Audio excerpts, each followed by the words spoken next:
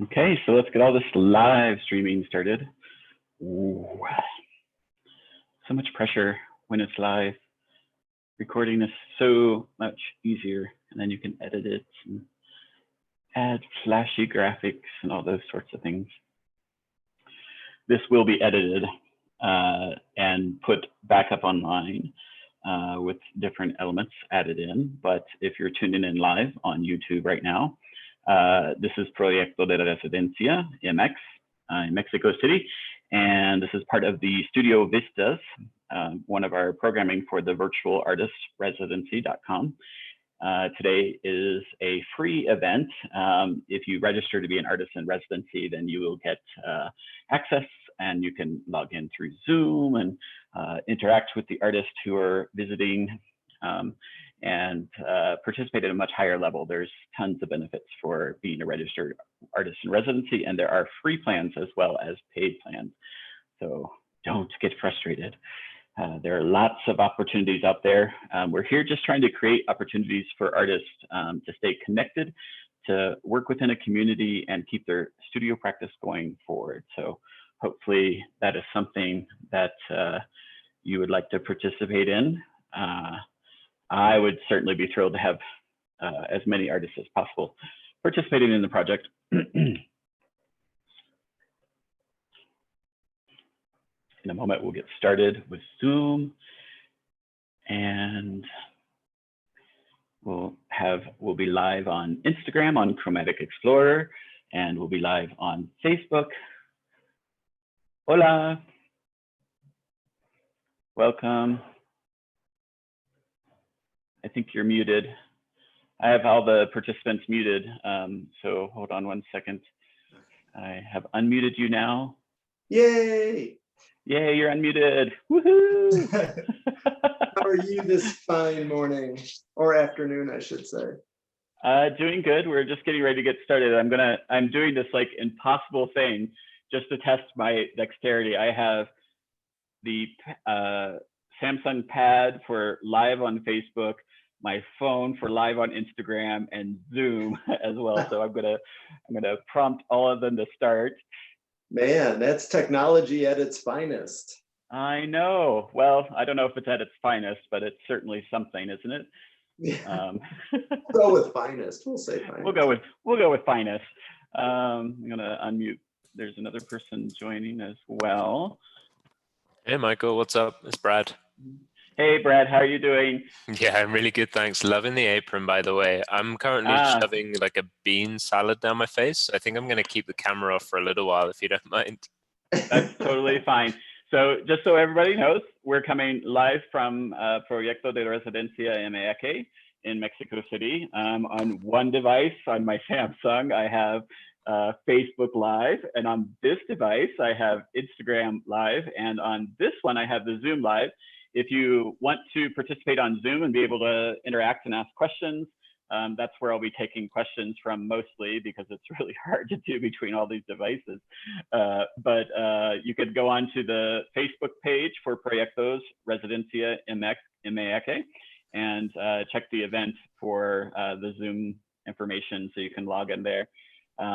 So, my gosh, wow, today, another day on Zoom. I feel like I'm living my life through Zoom right now, and I'm super grateful. We all kind of are, yes. Yeah. And unfortunately, you won't be able to hear on the other two channels the questions, so I'll try to repeat them if questions come through there. But today, the goal really is to walk through the studio, talk about the projects that I'm working on, and take questions about the process and the things that we're doing here in the studio. And then in future events, we'll be inviting different artists to come on and show their studios and what they're working on as well too. And tomorrow we'll be releasing another interview with another artist, and my brain just completely fried out. I don't know, that's really hard to imagine, isn't it? This is is day drinking allowed in quarantine? That's what I want to know.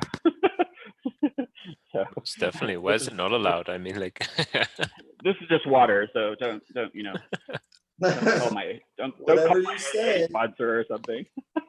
Sure, I'm eating a bean salad in between inverted commas, so you know you can all believe that as Right. much as you want to. Well, we have people eating bean salads on the other side of this too. So talk to them in 2 hours and see what kind of toot you get. Add a toot. So anyway, I wanted to talk about the project that I've been working on, and this project started about, I guess it's been about a year and 3 months ago. And the project Transmutation started when I became ill from my HIV status and the medicines that I was put on, and I couldn't function anymore. And so in the process of being really, really ill and not being able to actually produce work, I started to have these very intense dreams about the way that I was working, my processes and things. And what ended up occurring in that time was that I started to use what little energy I had, and I went back out into the streets and I started to pull paper from the walls, whereas before I was really just more documenting the tears in the paper and the textures that were existing in the street. At that point, and reality or not, in my mind, I felt like I was dying. So, and I felt like I had nothing to lose. And I think that was a very pivotal moment for me, because I was able to break down the barriers that kept me from interacting with the paper. And one day I took down this huge wall right on Insurgentes in Mexico City. And it was the most cathartic experience. I've always found that I'm a very tactile person. And so the experience of ripping the paper and forming the compositions, and I took my bottle of water and a bottle of alcohol with me, and the effects of how the water and the alcohol and all these different things started to interact with the paper and create transparency between the layers and pull the inks from the other layers forward, became a really powerful experience for me. But at the same time, I was looking for examples. I was having all these strange experiences where I had sort of programmed myself or put the intention in front of myself to listen to what the universe was saying to me. And so I was looking for those voices, those people who were talking to me in the paper itself. And so what had been more about abstraction and color and texture before that became more about the figurative elements that were emerging from the paper as well, and those relationships that I was having with the paper. So nice. It was very powerful for me, because at that time too, I was so isolated in my own mental state that it was a way for me to connect back with reality and acknowledge the people who were coming into my life in positive and in negative ways. So positive would be like examples of people in the community who were supporting me and checking in with me, and maybe coming to walk my dog for me, or get me some groceries, or my mother flying from the United States to be with me. All those sorts of things were affecting me. But also there was a lot of because I was being so forward about my HIV status, I was getting a lot of trolling and hate sort of responses from people. And so at that time too, I was listening to what those people were saying, and I was thinking, okay, well, I think there's a positive aspect to what the negative comments were as well. And I have always said that, if somebody tells you to, fuck you, like 10% of that belongs to me. So I have to understand, well, what was it I was doing, that required that kind of response, or, that's not, it's not necessarily 100% true, because there's plenty of people with mental illness out there just spewing things at you all the time, as we all know if we're on Facebook or Twitter or any of those. You kind of open yourself up to it when you participate in that way. So, but I felt like there were messages that I needed to hear, and inside of that stigma that was being projected upon me, and I want to say even there was a stigma from people who were HIV positive as well. And the way that portrayed itself was that there were people who refused to acknowledge that I could have my own experience of the transformation of becoming positive. And because they had this experience where they took medicine and everything was fine, and I was having the opposite experience where I lost like almost 60 pounds in 3 months and had no energy, it was more like chemo for me. They would say things to me like, oh, you know, HIV is the best gift I've ever received in my life, which to me was like the most insane thing that you could possibly say to someone. I'm like, really? HIV is a gift? I'm like, because as far as I'm concerned, you know, there are medicines for treatment and miracles like that out there, but also there are side effects from the medicine, and long term, you know, there are effects from taking that kind of medicine long term. So the life expectancy was a major concern for me, and the quality of life was a major concern for me. So that started to be expressed through the artwork. And in those times, I was, you know, out there pulling paper and taking down walls of paper and, you know, having these experiences and things, and in small chunks, because for a very long time, it seemed like I could go out for an hour and I could work, and then I would have to, you know, gather the paper up and call an Uber and get it back to my place, and then I'd sleep for a couple of days, and then I would go back outside and attempt to work again. So I was getting very small windows of time where I could work, and then I was able to, you know, write more and kind of go through the process in that method. And then things started to come together over a little bit of time. And I, you know, I started to exhibit the work, and then the experience of exhibiting the work and having people reflect back things to me also started to change my relationship to the work.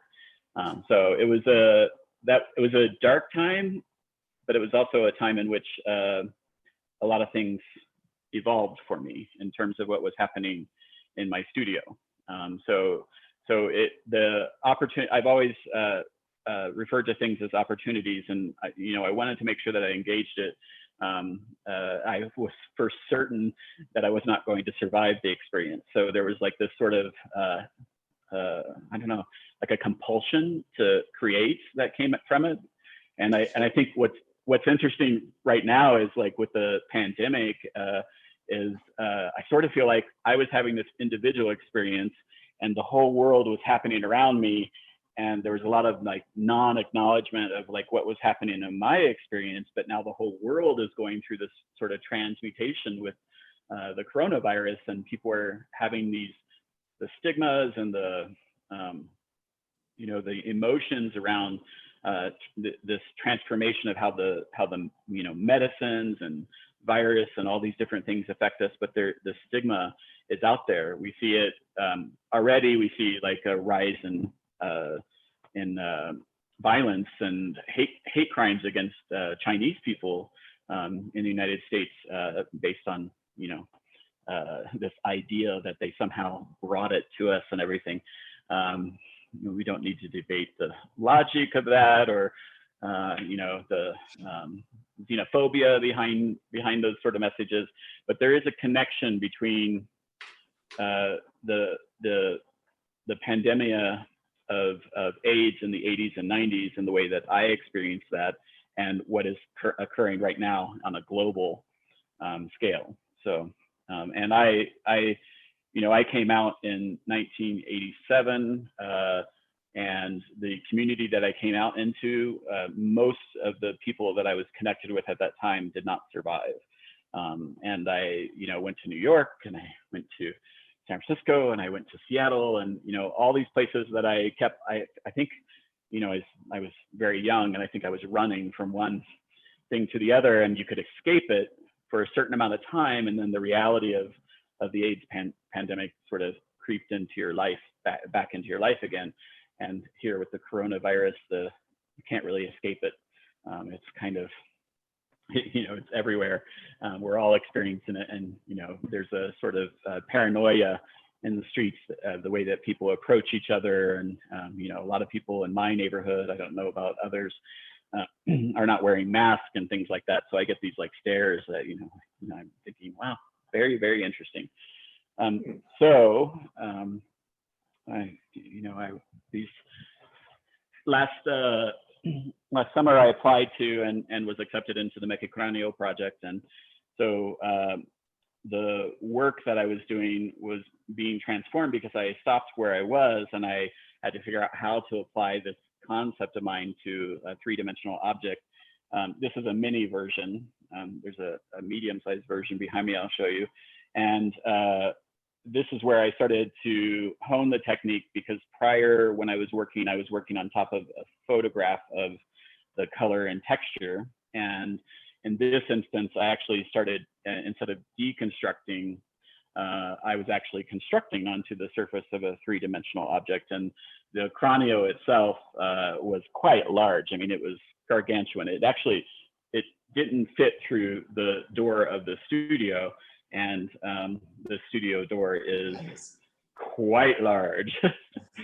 So I was working outdoors during that project to create it on this grand scale. It took about 6 weeks to accomplish it, and then it took probably about 2 weeks for it to be destroyed in the streets by people.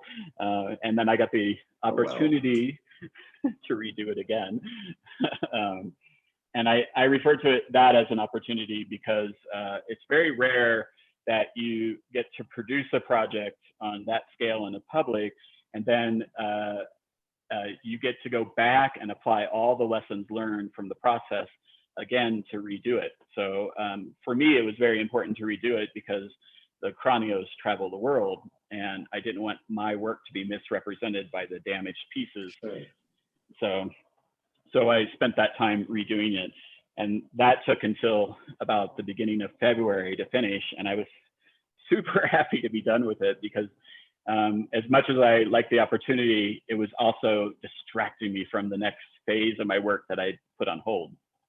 So in the process of doing the Cranio, I had started to realize that it was possible to construct the images as well as deconstruct them, but also the concept of the seed came out of it, because transmutation refers to the changes physically and mentally that occurred to me because of stigma, medications, internal stigma for HIV. All these different elements were changing me, and I was evolving into something different. And then I started to remove these circles, and I refer to those as seeds, and that's what this is here. These are semillas.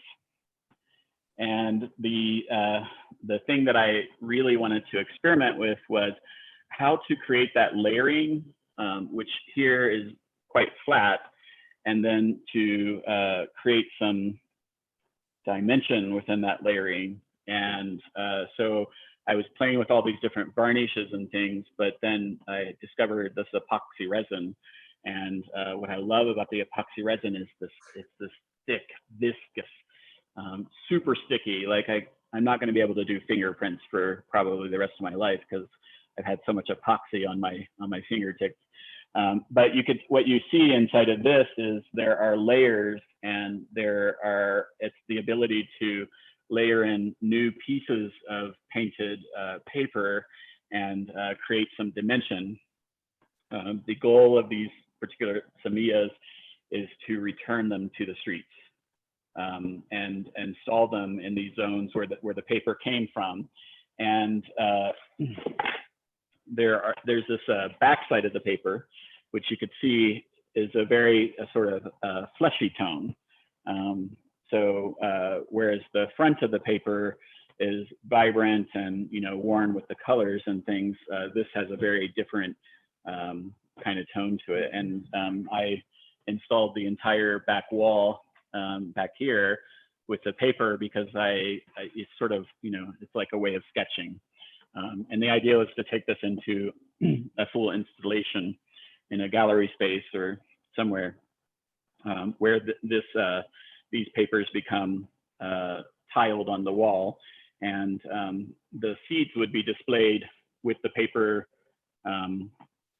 flipped. So in the streets, I might go in and cut out a square, flip it around, glue it back into the wall, and then install a seed on top of it. So to me, it's the full life cycle of the paper. Cool. The problem I've run into is I'm so attached to my seeds that I don't want to Gotta install let it them in the street. go. I know, I gotta let it go. Gotta let that go. It's very, it's hilarious to me that that's my problem. But you know, I get emotionally attached to my work, and then you know, so there are all these different seeds. This one is a little bit more reflective because of the epoxy. And what I've been doing is going back in with a flat varnish. The flat varnish that I use is quite expensive and not available in Mexico. So whereas before I was using it, like even on the Cranio, on the huge Cranio, I went through gallons of it.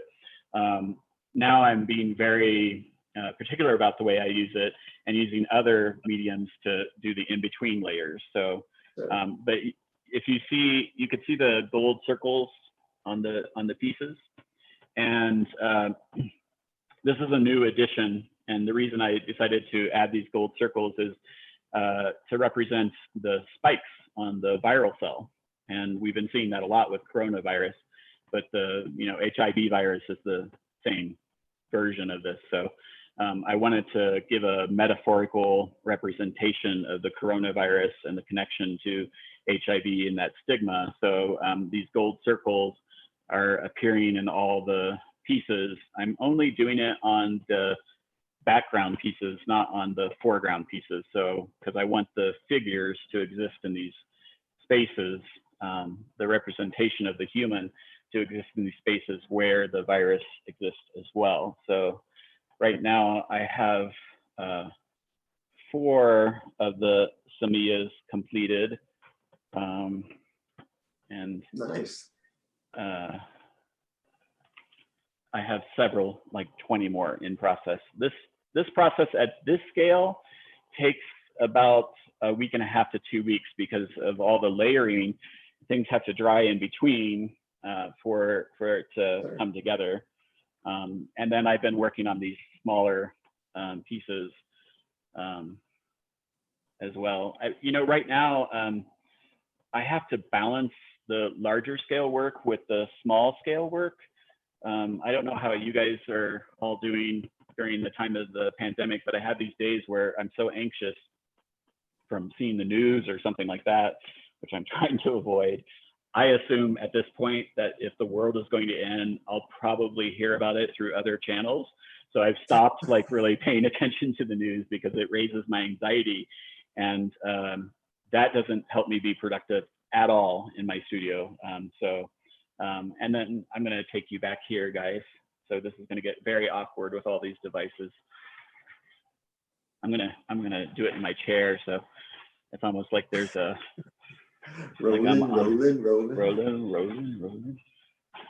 So now we're back here in the studio space. We'll put this one over here. I'm gonna wave at all the people in Facebook. We'll wave back at some of the people in Instagram. Wave at you guys in Zoom. This is, it seems like everything comes from dreams with me. And generally what I do in my studio practices, at a certain point, I will realize that I'm kind of spinning my wheels and I'm not being as productive, and maybe like the quality of the work that I'm doing isn't really meeting my standard. And so I'll shut everything down and I'll go to my bed and I'll lay in my bed and I'll plant a seed in my brain. This is the problem that I'm trying to solve right now. And then I'll just meditate on that. I don't necessarily fall asleep, but I'll just keep meditating on that ideal, and I'll visualize in my brain the problem, and the solution comes to me. So, and the first week of the lockdown, I've been in lockdown since the middle of March because of issues with my indetectable status. My viral load has gone up. I'm no longer indetectable, just over the line. And so I have to be very careful right now. So I locked down a little bit earlier than most people. And I started tearing paper on my walls and everything. And then I created this larger square piece, which is now, hopefully this is visible because of the reflective quality of it. So this is 28 inches wide. I want to show you the back side of this as well. Oh, I forgot that camera is over here. Sorry about that, Leo. And this is the backside of the paper, so you could see how that the richness of the colors kind of come through on the backside as well. So this particular piece is in process. There's probably about 50 to 100 layers of varnish on this, and then in terms of the epoxy, I've just applied 1 layer so far.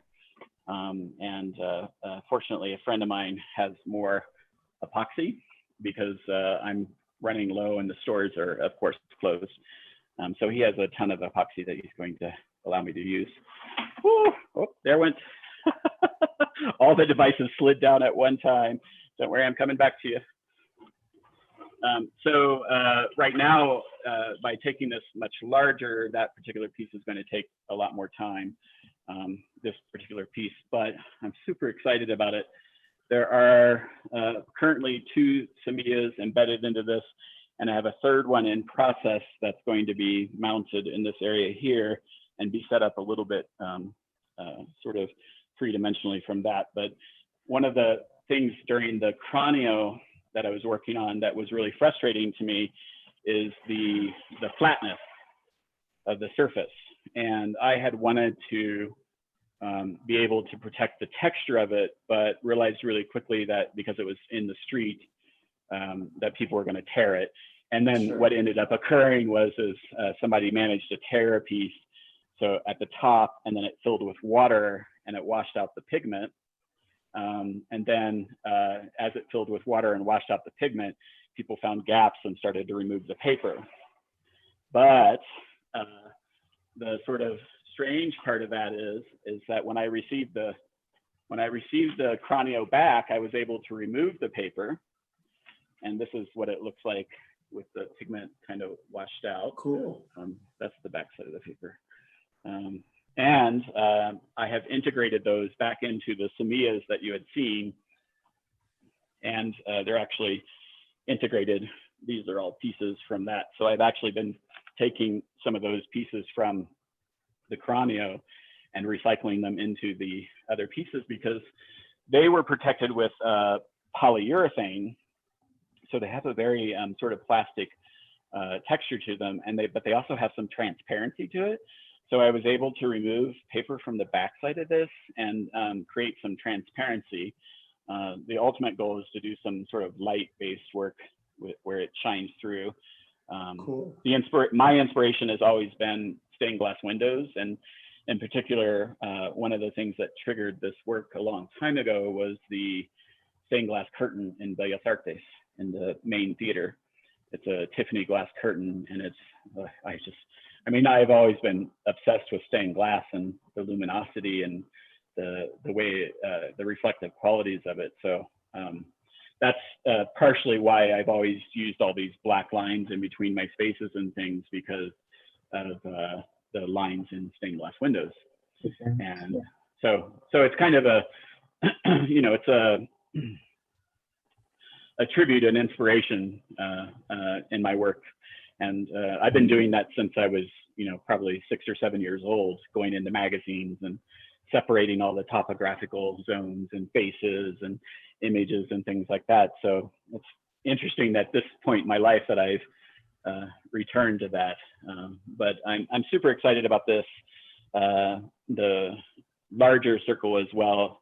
I've seen circles in some other artists that I follow, and I'm fascinated by this ideal of not having the square structure around things. So I'm super excited to see where this goes and how it develops and things. I'm going to turn over here. Don't worry, friends on Facebook. Coming back to you. We'll get you moved too. I want to show you just some segments of the process as well to give you an idea, and then I'm going to open it up to questions from people. But this wall over here is sort of my working space. When I'm working smaller, I work at the table. The devices are all sitting on top of a drafting table, which is actually higher because sitting down at a table, I find myself like this all the time, and you know, I don't want to mess up my back too much, so I have this one so I could work standing. But this is kind of the process of how things come together. And the one seed that I was showing you,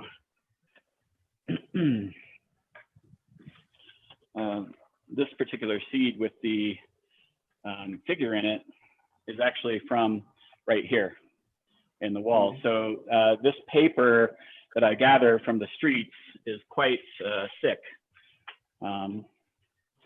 This particular piece isn't that thick, but there's several different layers. And so when I put the paper up, most of this paper, and I have probably a good half ton of paper squeezed in over here, covered in plastic so the dog doesn't think that it's his to use for special moments, which has happened before.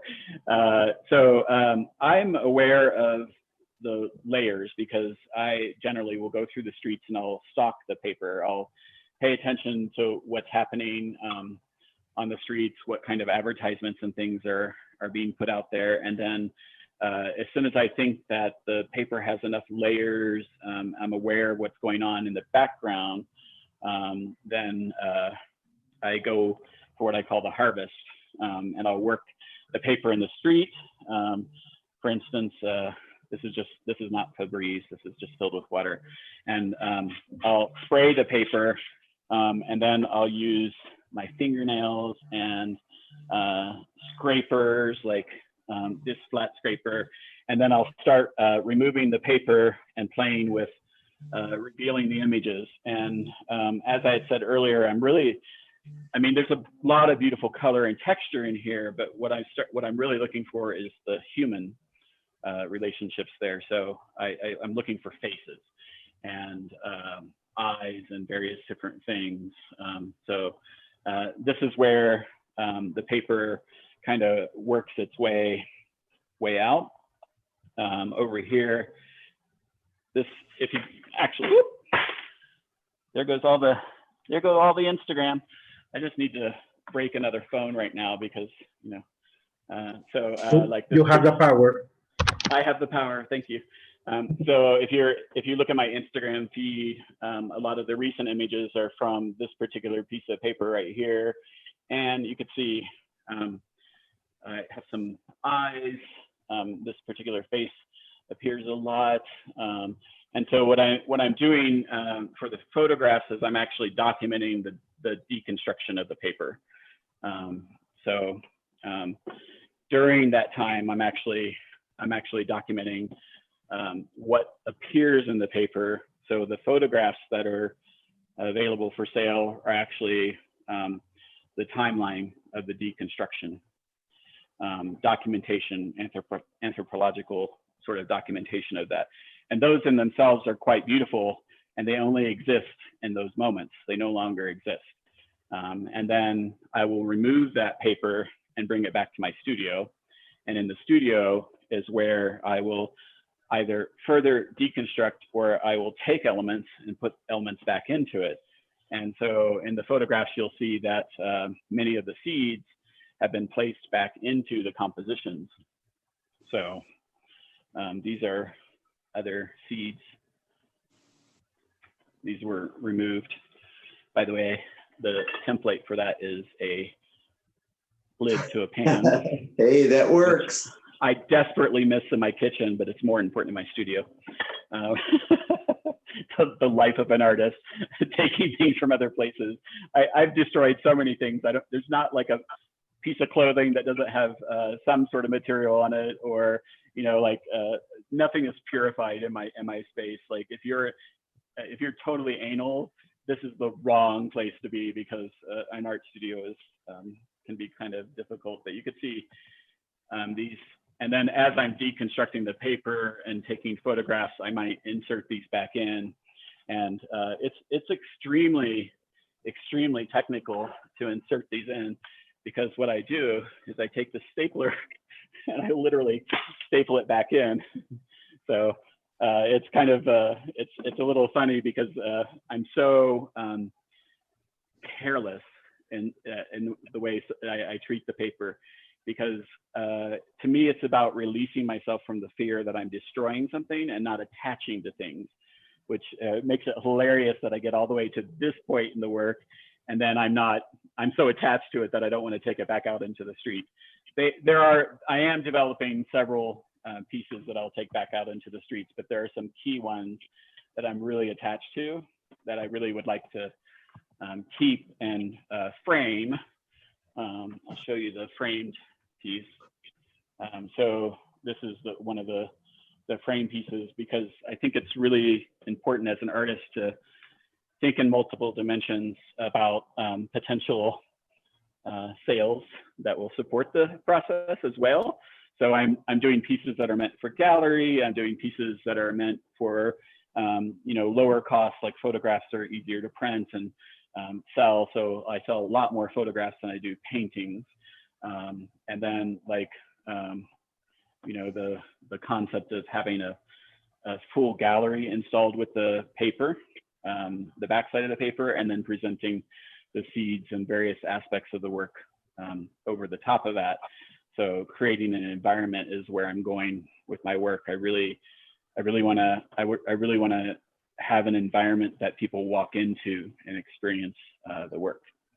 So that's kind of the overview of how these things come together. That was a really rapid fire way of getting it all out there. Now that I've vomited upon the internet, there are several people in the Zoom session, and I'm going to open it up to you guys to ask questions. Let me shift a few things around and make sure that everyone is unmuted here. Unmute. Hello, Claudio. Hey. Oh, Martine, how did it? Okay, now you're okay. There you go.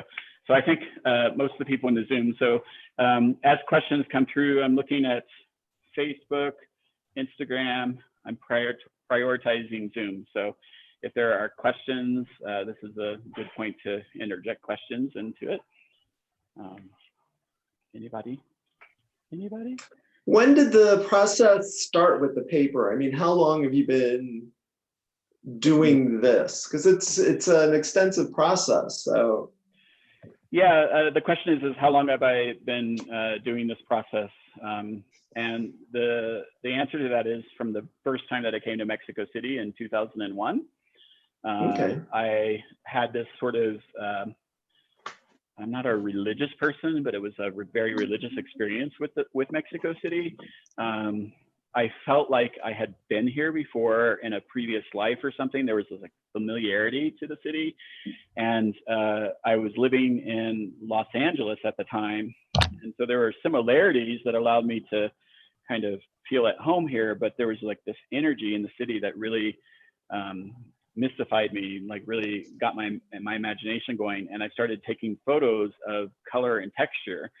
And then over the years, I visited Mexico City as a tourist, and every vacation I got, I was the department director for graphic and web design in Los Angeles, San Francisco, for the Art Institutes. And then I became the dean in Houston. And during the entire time in that part of my career, I would come to Mexico City on every vacation potential that I had. 3-day weekends, longer vacations, and I spent all my time photographing. And I didn't know what I wanted to do with the photos. I didn't find them satisfying. I don't know how to, like I've been a printmaker. I studied printmaking. So I'm always used to these very tactile experiences. And then I was missing that with the photography. We were no longer, it wasn't like I was taking the film and developing it and then going into a dark room and, messing with it there. I really missed that sort of tactile experience. So that the process with the photograph started in about 2001 and went for a very long time. And then when I returned to Mexico City 2 years ago, the work that I was doing was very different than what I'm doing now. And I should have pulled out a piece for that. They're all displayed throughout the space. So, for the several years, what I was doing was I was printing the color and texture and then layering varnish on top of the print and creating the work that I was doing. Actually, Martin has one in his hand. The Zoom people can see that.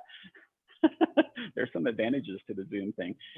Yeah, so thank you, Martin. And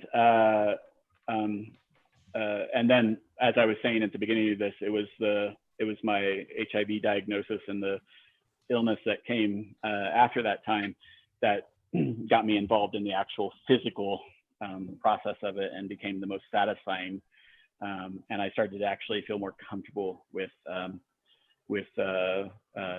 ripping and tearing and destroying and constructing. And looks like Facebook keeps coming in and out. So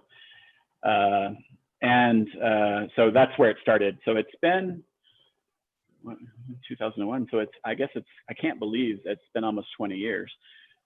Surprise. That's insane. Am I that old, or are you guys that young, or like what happened? How did that all occur? Exactly. We're that young. Right. It's just 20. Yeah, so it's been about 20 years. I think the process has accelerated significantly in the last year and a half. Definitely. So definitely accelerated. Other questions that might be, I see some over here. Would be interested in putting the work back into the places where you took the street collages. Yes, Lee, I actually had mentioned that earlier, that the purpose of the semillas is to take them back out into the streets. I have no idea what's going on out there. Is to take them back out into the streets and install them back out into the streets. And the metaphor of the semilla would be that, in some way that they blossom and become something else in the streets. And I'm very interested in seeing how the pieces deconstruct in the streets, although my primary concern is installing them in a way that they can't be stolen. Or, eventually, this is Mexico City, so if I put something back out into the street, it's going to get destroyed and maybe even stolen. I guess that would be a compliment if somebody stole one. Oh, I love that so much that I'm going to take that home. Anyway, yes, Lee mentioned interesting how the photographs flatten everything. And yeah, the photographs definitely flatten them. And then the process that I work in the studio is to bring the three-dimensional aspects back into them. So, okay. Why circles, not squares? Well, I had shown no square parts. There are Michael's some only square got pieces pots that are circular. There are some square pieces, and I have done a lot of square pieces with these. The circles has to do with the metaphor of the cell and the seed. So the cell of the virus, HIV or coronavirus. So to me, the circle is more representational of a viral cell, and that's where that came from, because all of this is related to transmutation and viral, stigma of viruses and things like that, and the gold dots representing the spikes on the viral cell, the metaphor of that. So yeah, so it's just a way of transmutating that metaphor. And what I feel like I'm doing is creating a language with my work. So, like in all the pieces, you'll see there are elements that have boundaries. So that is typically represented by the black line, that line in the stained glass windows that I was talking about before, but also the lines represent all these sort of emotional boundaries and how we separate things and categorize things. So I'm developing a language, and I use a very specific color scheme. The color palette of this is very related to living in Mexico. So a lot of those colors are that. And I do a combination now of, this has to do, I had this conversation with Paul Lorenz yesterday in our interview, which will be released in the next couple of weeks. in the process of moving back to Mexico City and dealing with the reality of living on pesos as an artist is very challenging. And I use primarily these Sennelier oil pastels, and they're not available in Mexico, and you can't get them imported. It's impossible. I tried. I lost like $300 in materials to the corruption of the customs officials. And so coming to terms with not wanting to have a full-time job to support myself and to have the studio support itself, I changed my materials. So I couldn't afford to print large-scale photographs because I have huge mural pieces, and then use the Sennelier in volume with all the matte varnish, which this is the matte varnish I use. It's just a Blick art supply. This is $16 to use, and a piece like this scale, I might use 2 of these for a piece, and then I can't get it here, and I can't find a quality material of this particular quality here as well. I've tried variations of what's available here, and it strips the surface away. It destroys the oil pastel. So like the paper, using Comex pigment. This is, can't remember the name of the brand, Vinimex, which is a higher concentration of pigment that's UV protected and holds the color of the pigment, whereas a lot of house paints and things like that, the quality of them, you know, they deteriorate and the pigment fades. This is actually much higher quality. So I changed a lot of my process actually using the physical paper, not using prints, using this mixed with the Sennelier. I found that I'm able to get the robust color from a combination of those, and using the varnish in between the layers allows me to do that. So I'm using acrylic and oil. I put a layer between them and they hold. And that's not true with all varnishes. They're not all equal. So I've had to be very experimental and release myself from the fear of destroying things over and over again. The rips and tears and the turned up edges of the printed materials now as digitized images, photographs. The seductive surfaces beckons us to want to see them in real life and flesh. I hope so. There's a few more, but I'm afraid to touch it because I'll shut down the whole thing. Yeah, I think that was my problem with the photographs in the beginning, and my problem with the process I was using before.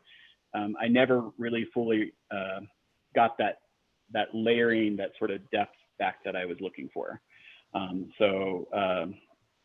Using the actual paper and then having the varnishes between the layers and allowing, you know, even, well, you could see with these pieces, it was flattening and there was no texture. So that's what is so exciting about the epoxy resin, is the ability to suspend layers between.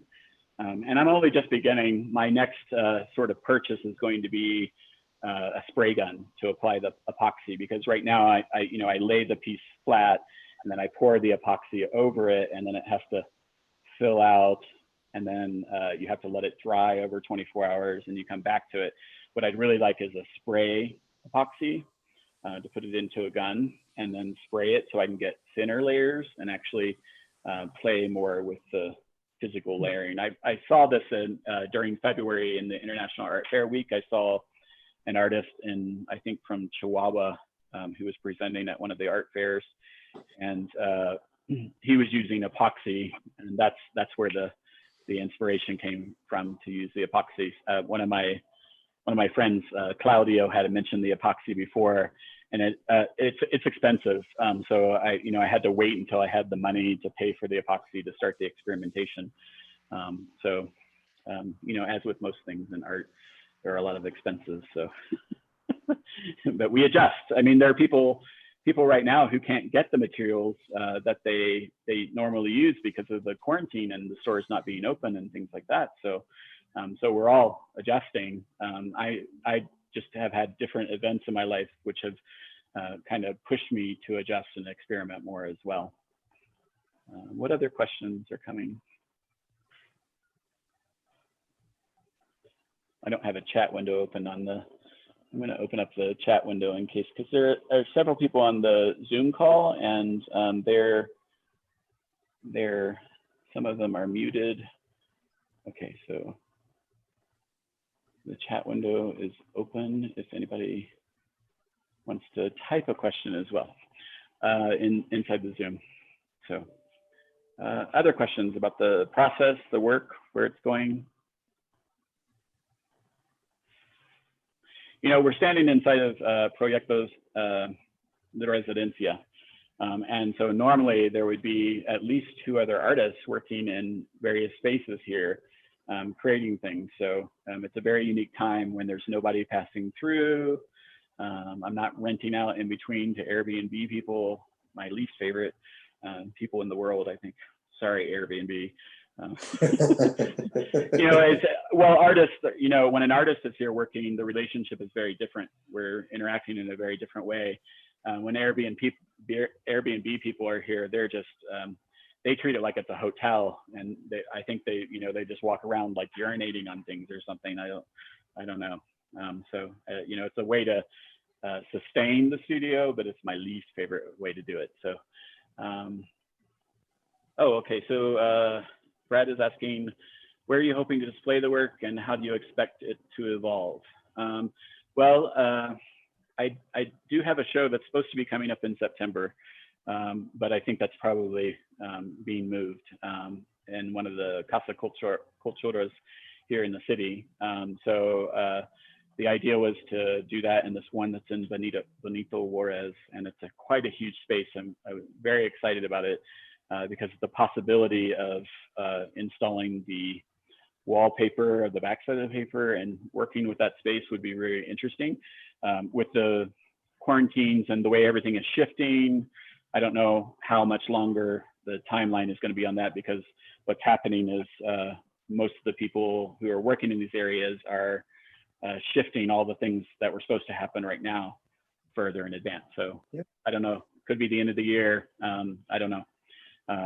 I am looking for opportunities to display the space that we're doing, the Existimos, the queer art show, which is being pushed to September, October. That sort of space where it's a raw, aged space really appeals to me as an installation space because of the similarities to the quality of colors and textures. And I have some proposals out there right now with different galleries to see if we can do, you know, some projects together, but everything is on hold right now. So you may come to my place for a party or open studio or something and see that I've transformed the entire apartment. So, you know, all the spaces will be covered. It's not that unlikely. Yeah, so in the future, really hoping to find a space to do a full-on installation, not just displaying things in frames, and you know, and maybe you know, Paul will compose a piece from all the city sounds for me. You never know. That could be very cool. Right.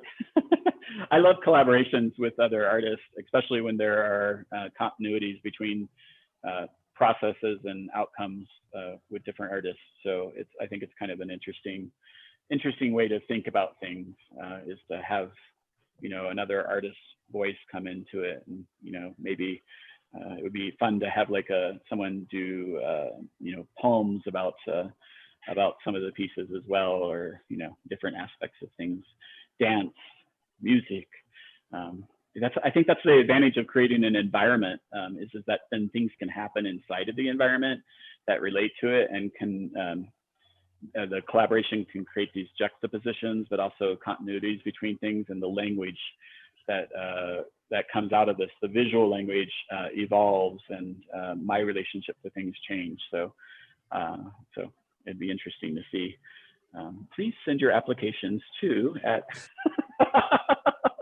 your ideas for collaboration. right now I'm so engaged in this particular process, and then with the virtual artist residency program that I'm doing as well, that's taking up a chunk of time. And then I'm teaching a class online. I'm trying to do some variety of different things. I'm a little bit short attention span. I've come to accept this. Some of the things that were very helped me. Just my attention span. I need like multiple different kinds of things for me to be creative. So I'll get locked into one thing, and then it just sort of spins and doesn't go anywhere. And then I could pick up something else and produce in a different way. So being able to produce photography in one moment, and then go to a painting, and then go to these smaller pieces, and all these different elements actually help me stay productive. I mean, I'm a fairly prolific person most of the time, so I do have moments where it downshifts significantly. February was like a total mind suck. I was all ready to get working. The Cranio, which was taking up all my studio space, left, and I thought, okay, I'm going to jump right into this to the Semillas right away. And then February, I didn't even function. It was just like nothing came out of February in the studio. I spent most of February working on the backside of Proyectos de Residencia, the artist residency, and fine tuning some of those things, which led into quarantine. And then the virtual residency kind of comes from the idea that I had this master's degree in technology, and I used that to transform education. Every time I had bad experiences, I had taken classes online and was so frustrated, didn't feel like they were a really good learning environment. So then I go get a master's degree to figure out how to, do really engaging learning environments and stuff online, and then use that for many years for my employers, the schools that I was working with. And I was just like, oh, wait a minute, I have a skill set. I could use that to try to create community with artists during the pandemic and keep things moving, because not having anybody walk through that front door is very difficult for me, not having the interactions with artists and things. So I'm a very introverted person. I'm always like, I need time alone, blah, blah, blah. But that's like in response to having all those people around me. And then I need to go, recharge myself alone, but not having anybody here. Oh, that even my dog, Cuckoo, who's used to having all these people coming through the space, he's always like sitting in front of the door, like, is anybody coming through? Anyone at all? Because this guy is boring the shit out of me over here. He's not petting my belly right now. He's too busy. Other questions, anybody?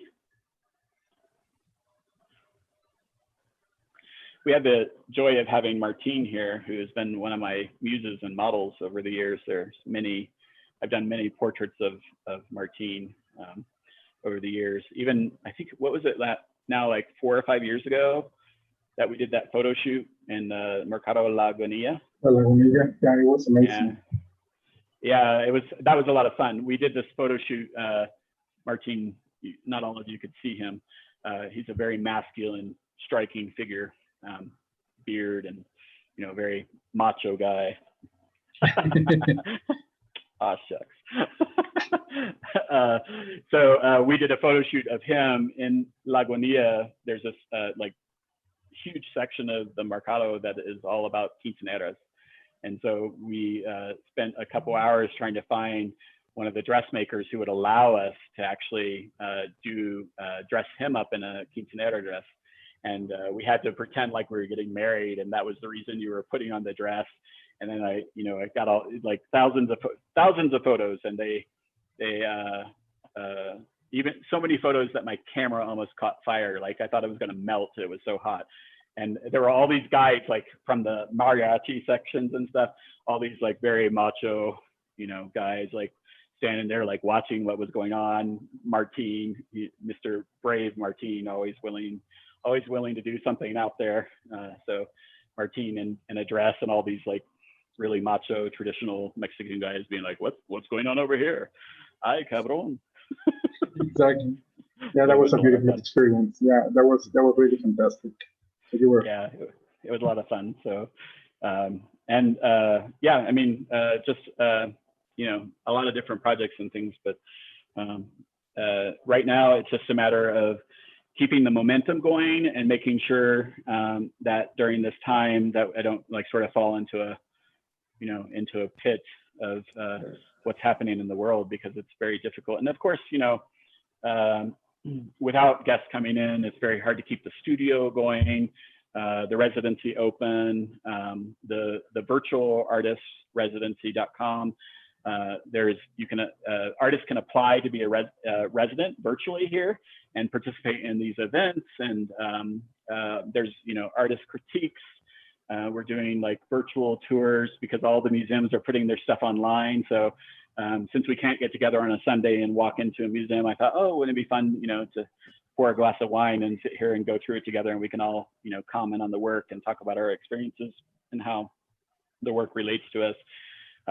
Critiques, which I think are an essential part of producing artwork, but we don't really get once we graduate from college. We don't really get that sort of interactivity where we put our work up on a wall and other artists will talk about our work and give us some insights of things that they see. Those sorts of things are a part of the virtual artist residency. So it gives us opportunities to kind of connect with each other. And some of it's just, you know, pure like stitch and bitch sort of thing. We did a drawing group last night, which was a lot of fun. It was so funny because I call it drink, draw, discuss. There was absolutely no discussion because we were all so invested in the compositions that we were drawing that it all, you just saw this, there's like a screen of all these heads that are like this in the paper going like this. There was no discussion, and I kept saying things like, so do we need to introduce a topic to discuss? But you know, nobody was really in the mode of discussion. It was very funny. I'm like, I think we'll just call it drink and draw, no discussion at all.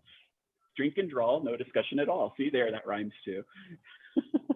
So if you're watching this and you're interested in participating in the artist residency virtually, you can go to Proyectos de Residencia MX on Facebook, online, on the website. You'll see the virtual residency and you can fill in an application there. The cost of the residency is only $12 a month for the artist residency, and then there's a patron level that's $50 a month. Paid members of the artist residency get one-on-one attention. So I'm a curator for Dab Art in Los Angeles, and that is the gallery in Los Angeles. We're working on different expositions, some of them online, some of them live and online, but we're connected with Artsy.net. So we're producing shows to put in Artsy.net, where many of the collectors and buyers are. Generally, other than face-to-face, Artsy.net has been sort of the location where most of my artwork sells, because there are a lot of collectors and people looking for to buy artwork there. So having exhibitions there, it does have a good cachet to it. So a great location to be exhibiting artwork, especially now. So if you're a paid resident or a patron, you can get special sessions with curators from Dab Art, consideration into all the shows that we're producing without having to apply. And then artists in residency have other elements that they get, and we have scholarships. So I realize, because I'm in this position right now too, where it literally is peso to peso right now. You know, this week on Monday, I woke up to find out that GoDaddy had canceled the website and my email on the day that I was launching something. And so I had to put a call out there, and we got a donation in to pay for the web hosting service. So that stabilized, but you know, keeping the lights on, keeping the Wi-Fi going, all those things right now, literally like day to day. Okay, you get one paid off, you get then the next one. Today it's 500 pesos for electricity. Next week it's 1,000 pesos for the Wi-Fi that keeps all this moving. You know, covering rent and all that. One of the reasons I came back to Mexico City was because of the possibility of creating community, whereas in the States, I really needed to have a full-time job to support the studio practice. Here, the expenses are low enough that my artwork isn't like through the roof pricing. I'm able to be more flexible with that. You know, I have this huge space, a 3-bedroom, each space with a loft in it. So I can have these live workspaces, and I'm paying like less than $400 US a month for the space. So keeping those expenses low makes it easier to produce the work and, you know, keep things moving forward. Whereas in the States, I would really be struggling. Even like my cell phone is $25 a month. In the States, I was paying like $125 a month. So, you know, so there's some logistical things there that make Mexico City and all the paper that's available to me, all the luscious paper. I'm going to turn the camera over here so the Zoom people can see that huge stack of paper underneath the stairs. That's all folded and condensed, and like, you know, I pull it out every once in a while, and as it's compacted, I'll compact it a little bit more, and then I'll shove in a little bit more paper. I have a little bit of a problem. I'm not allowed to take paper from the streets right now, so I've been cut off. You know, I don't want any more paper in my house. There's just so much paper.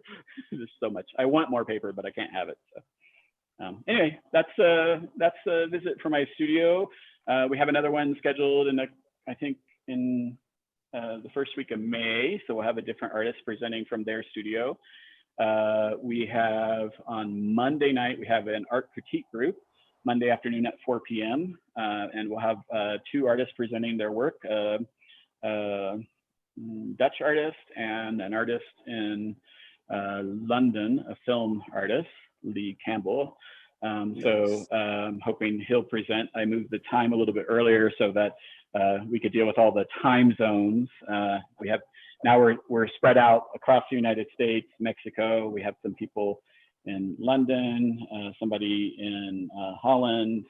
So we're starting to spread out a little bit more. So as more people join the group and people present ideas, we'll start doing more programming. I'm hoping to do a queer film festival with some film people. I've been talking to a dancer who's in Spain and a dancer who's here in Mexico City about getting them together online and having them collaborate on something and then presenting that to the artist residency as well. So many different ideas up in the air, really just about keeping the community creating, keeping momentum on our side, and trying to amplify that out to the world, because there's so much like negativity out there right now. And it's so easy to become negative in this environment. I struggle with it every day. I really have to concentrate on it all the time to make sure that I don't go in the wrong direction with that. So these things are as much sort of art therapy for me as well, you know. So Paul, any closing words from Paul out there? Paul's in Arizona. Closing words? No, this was really good. It was great to be in your space and great to hear the whole backstory behind this work you're doing. So Appreciate your attending. Yeah. Martine, how are you doing over there? Martine is literally like 7 or 8 streets over from me in San Rafael. Absolutely. Enjoying all this. I mean, I know you for so many years, but I love your workout and everything. But it was great to know those little things that they were missing in my whole story. So thank you for sharing all that, and thank you for being a positive person right now in this moment, because that's what we need. We need to create a better environment in all aspects. Thank you. Yeah, and I'm so serious about it. If ideals come to you guys and you want to try to do something, let's try to do it. Paul, I even saw this gallery that was working with artists to do installations in virtual environments. So I'm like, wow. I'm like, that's a deep well right there. I mean, you have the technology elements too. Yeah, so. That's actually scares me a little bit, just because that's an endless situation. Yeah, I wouldn't know where to start. I mean, I personally, I don't think I don't have the technological skills to do that, but you know, if there's a way to do it, I would be willing to try to figure it out too. So Actually, There's- sorry. Yeah, Go, go, actually go. something, okay, go ahead, please. Martin. Something that I wanted to add is that I was participating in these different webinars. I mean, in the MICE tourism, congresses, conventions, exhibitions. And in our business, we understand something. We were discussing like, how is that going to come out after all this? You know, because everything has been changing. And one of the things that is going to happen, everything that we do, or the most of the things that we do it like person to person. So we bring people, and that's the way we do all these expenses and all that stuff, all that good stuff. But guess what? A lot of people is doing these webinars and you doing to this means. So what is giving us the information, and we needed to transform before, but we were not doing it. So something that this is telling us is that when we come back, 100% of the congresses are not going to be the same way we do it. Actually, 70% may stay the way they are, but 30% they will move to something more like this. So Right. I think Certainly. we're not trying to prepare, especially young people like us, you know, or you guys are younger, but so we need to move to that. And what we're discovering, it's not that difficult. Everything is getting so friendly and has to be. So we need to get into that. So that's a good opportunity. It's a good challenge. We have the power. Remember. Yes, absolutely. Exactly. People have the- Exactly. Yeah, I think, you know, I mean, I've had a couple of people ask about will this continue if there's no quarantine, and I'm like, well, of course it would, because I mean, I come from an education background, so to me, this would be very easy to keep maintained as a virtual residency. I like the ideal that artists might interact virtually for a time and then be physically here as well, and then go back to virtual and, you know, take those experiences. And because I think there's, you know, I mean, virtual can be very cold and disconnected. So my ideal is that we try to make it as personal as possible, but also like what is the cycle of creativity? Like how would it affect, you know, Paul will be coming here eventually. So like working there and then coming here and then going back, and, you know, how do all these interactions and the people that you meet and have the opportunity to collaborate with, you know, how does it evolve the work, and just making sure there's documentation of, you know, how these things evolve. And Exactly. And the thing is, it's just every medium has its capabilities, and as long as you understand what the outcome is going to be or what your expectation is, doing things virtually or doing things live have very similar you know, pluses and minuses. You know, it's just, you don't expect the live experience to happen virtually. Explore the virtual and find something really marvelous in that. And that has its own life. Live has its own life. A virtual collaboration is different than a live collaboration, but there's something beautiful about both of them. So you just have to channel your energy and channel your expectations in the right way. Just being quarantined at home and working on music, everything is electronic, everything is in my computer, which has a beauty about it that is different than when you have live performers. And those are just two very different things, and with two different outcomes, and you appreciate and enjoy them for that. So going back and forth, live and virtual, that is the future. So yeah, why not embrace it and make new things happen? there's so much potential, so much potential. It'll be interesting to see where we are even 3 months, 6 months, a year from now. So, well, thank you guys. I appreciate it. If anybody want to add anything else before we go? I think we're good. Okay, thank you for attending today. I really appreciate it. Yeah, and you know, check into the Facebook page and stuff, and more things coming. So, and let me know if you have any suggestions. Okay. Sounds good. Take it easy. Bye. Bye. Bye.